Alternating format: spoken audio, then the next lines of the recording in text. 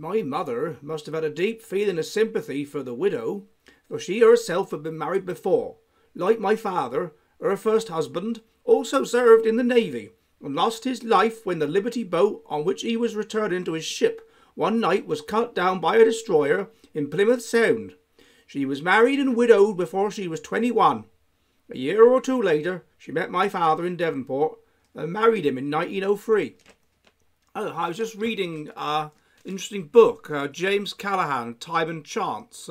Jim Callaghan was Prime Minister of England between 1976 and 1979, and he was really the last socialist Labour Prime Minister, the kind of person that would have supported the socialism in Poland and that sort of thing. Well, but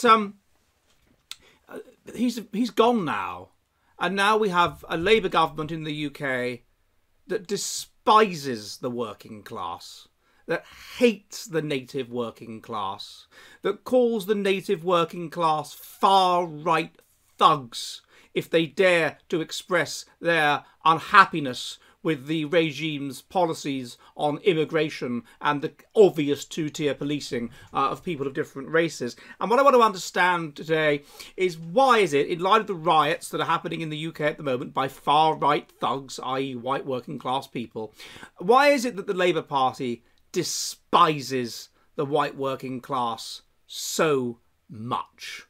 Before I do that, could you please subscribe? It helps me most violently if you do that. Could you subscribe here on YouTube, and could you subscribe on my on the Jolly Heretic? That's my Substack, where there's spicy content I can't put on YouTube, in-person interviews, films, and where, if you like what I do, you can support me for the cost of a pint of beer a month. Okay, back to the video. So why do they hate the working class? No, there's a number of reasons. Firstly, the original Labour Party, to some extent, was a party of the working class. It was a coalition of two groups. It was people from the upper class and middle class who realised they could gain power over the upper class and thus over the society by creating a coalition with the working class. And as I've looked at in other videos, that's what leftists do. The moral circle of people that are conservative is a series of concentric circles emanating from self, where you love your family more than your kin more than your class more than your ethnic group more than your race, and so on. The moral circle of the leftist is more distant from self. They will favour another class over their own, another ethnic group over their own, another race over their own.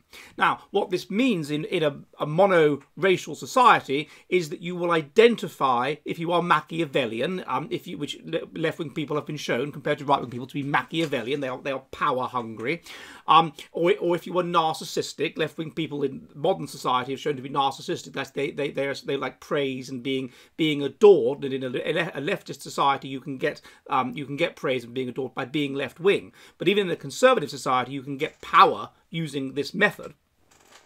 They identify with a different class over their own. The ultimate example is Tony Benn, who was born a Viscount and then became heavily involved in the Labour Party, and this allows them to gain power by creating a coalition with that class to gain power over their own people.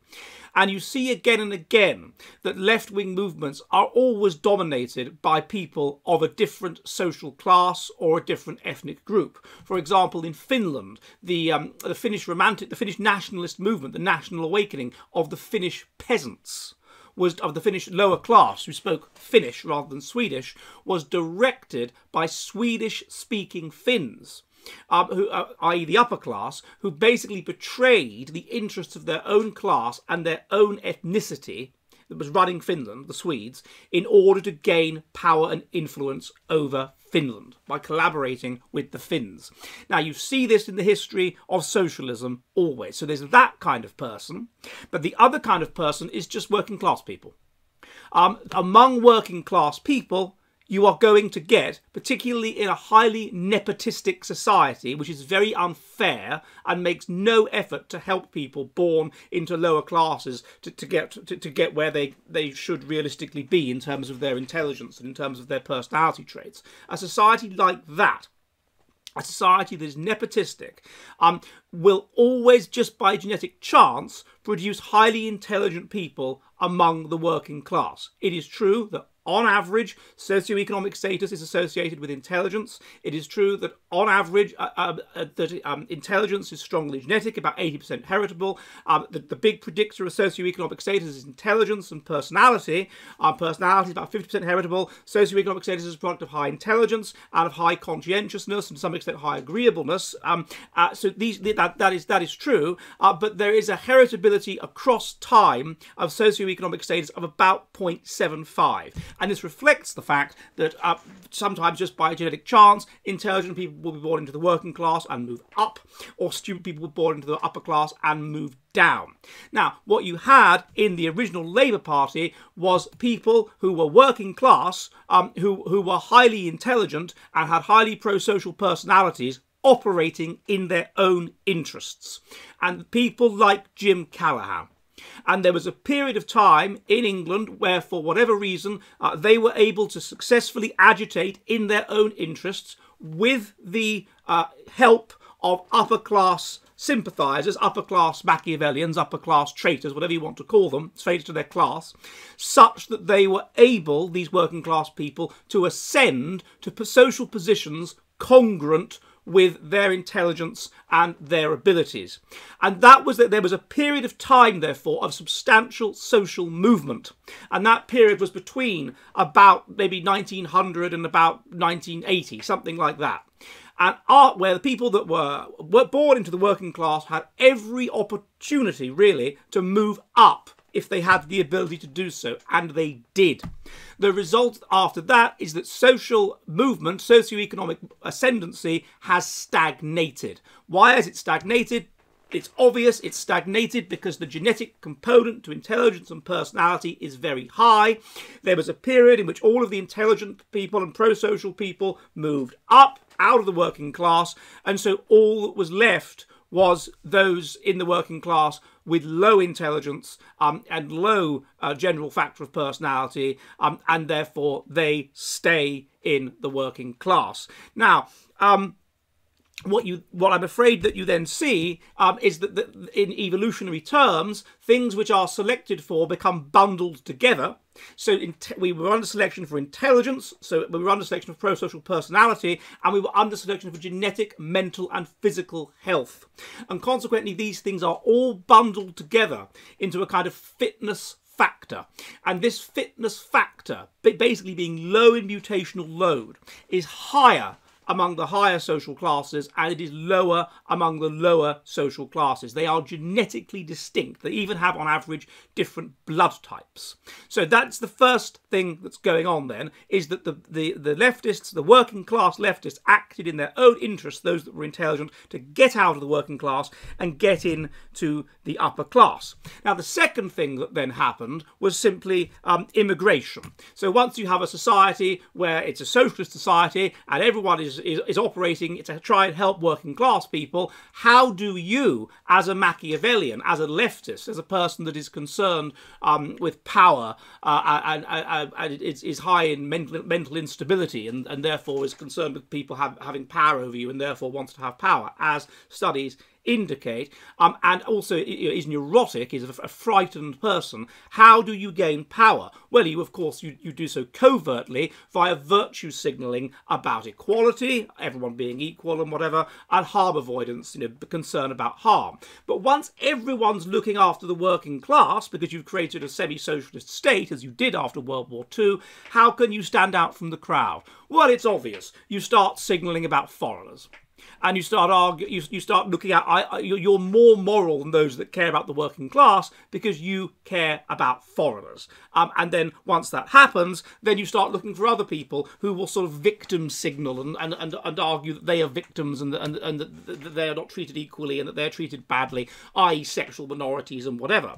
And so therefore those that are leftist, those whose raison d'etre is to gain power via virtue signalling, it's no good anymore virtue signalling about the working working class and trying to help them, because everyone does that. There's policies and it's to help them.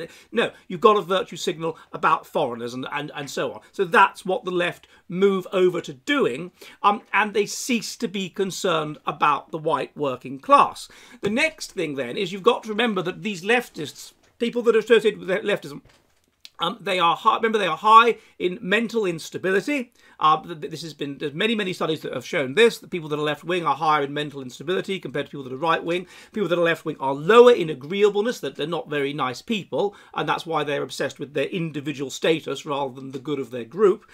They're low in conscientiousness, i.e. Impulse control. So that's the kind of people you're dealing with, Machiavellian, sort of narcissistic people. Narcissistic people, they think they're special, they think they're important. If they're mentally unstable, then one of the things that you can do to deal with that, if you feel bad about yourself and you feel that you're dreadful and awful, is you can tell yourself that you are perfect, and indeed that you are morally perfect, which is what you do. And then you can virtue signal in it competitively about how morally wonderful you are. And then as society tips over towards leftism, the way that you get narcissistic supply is by leftism signaling, and so you do that more and more and more, and you must be more left-wing than the next person. Now, these kinds of people are going to feel a great deal of disgust towards the working class. Why?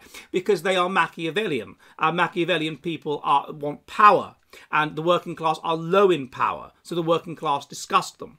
They are narcissistic. They think they should be around special, important people, and so people that aren't important and aren't special, aren't helpful to them. They disgust them. And most importantly of all, as we have already discussed, there is a relationship, a pleiotropic relationship, a genetic bundling together of the traits that cause you to be working class in a society that is relatively meritocratic. Those traits are low intelligence, low general factor of personality, i.e. low agreeableness, low conscientiousness, whatever, and genetic sickness, high mutational load, illness. And we know even now that intelligence is genetically correlated with being, with being well. Whereas a low intelligence is gently correlated with illness of various kinds. So you've got a people then that are going to induce disgust. Now, under previous... Are you ready for the future of the West? Whereas that are going to induce...